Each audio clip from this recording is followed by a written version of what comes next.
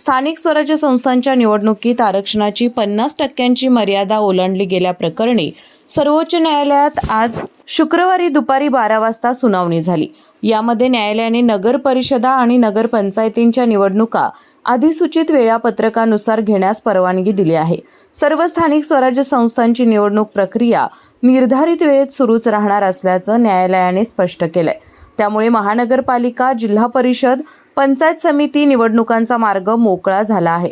निवडणूक आयोगाने निश्चित केलेल्या वेळेवर या सर्व निवडणूक होणार आहेत। राज्य निवडणूक आयोगाच्या त्याबाबत काही अडचणी असतील तर तसा अर्ज दाखल करण्याची मुभा न्यायालयाने दिली आहे। मात्र 50%हून अधिक आरक्षण असलेल्या 40 नगर परिषदा आणि 17 नगर पंचायती अशा एकूण 57 संस्थांचा अंतिम निकाल न्यायालयाच्या निर्णयावर अवलंबून असेल, असे सर्वोच्च न्यायालयाने आज झालेल्या सुनावणीत स्पष्ट केले। नगर परिषदा आणि नगरपंचायतींच्या निवडणुका अधिसूचित वेळापत्रकानुसार घेण्यास न्यायालयाने परवानगी दिली आहे। याचाच अर्थ कोणत्याही निवडणुकांना स्थगिती देण्यात आलेली नाही। ही प्रक्रिया सुरू राहील। मात्र ज्या 40 नगर परिषदा आणि 17 नगरपंचायतींमध्ये आरक्षणाची मर्यादा 50%हून अधिक ओलांडली गेली आहे, त्यांचा अंतिम निकाल या याचिकेच्या निकालावर अवलंबून असेल।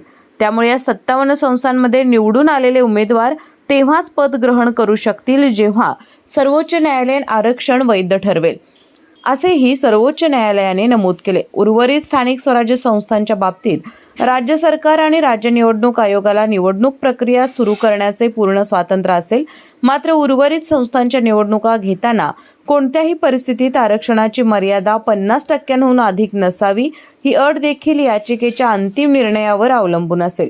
या प्रकरणाची पुढील सुनावणी 21 जानेवारी रोजी 3 न्यायाधीशांच्या खंडपीठासमोर सूचीबद्ध करण्याचे प्राथमिक निर्देश देण्यात आले आहेत। म्हणजेच आरक्षण मर्यादा ओलांडलेल्या 57 संस्थांच्या निवडणुका पूर्ण झाल्यानंतर त्यांच्या निकालाचे भवितव्य न्यायालयाच्या अंतिम निर्णयावर अवलंबून असेल। न्यायालयाने निवडणुकीची लोकशाही प्रक्रिया थांबवण्यास नकार दिला आहे। कायदेशीर प्रक्रिया आणि निवडणूक प्रक्रिया दोन्ही समांतर सुरू ठेवण्याचा मार्ग मोकळा केला आहे।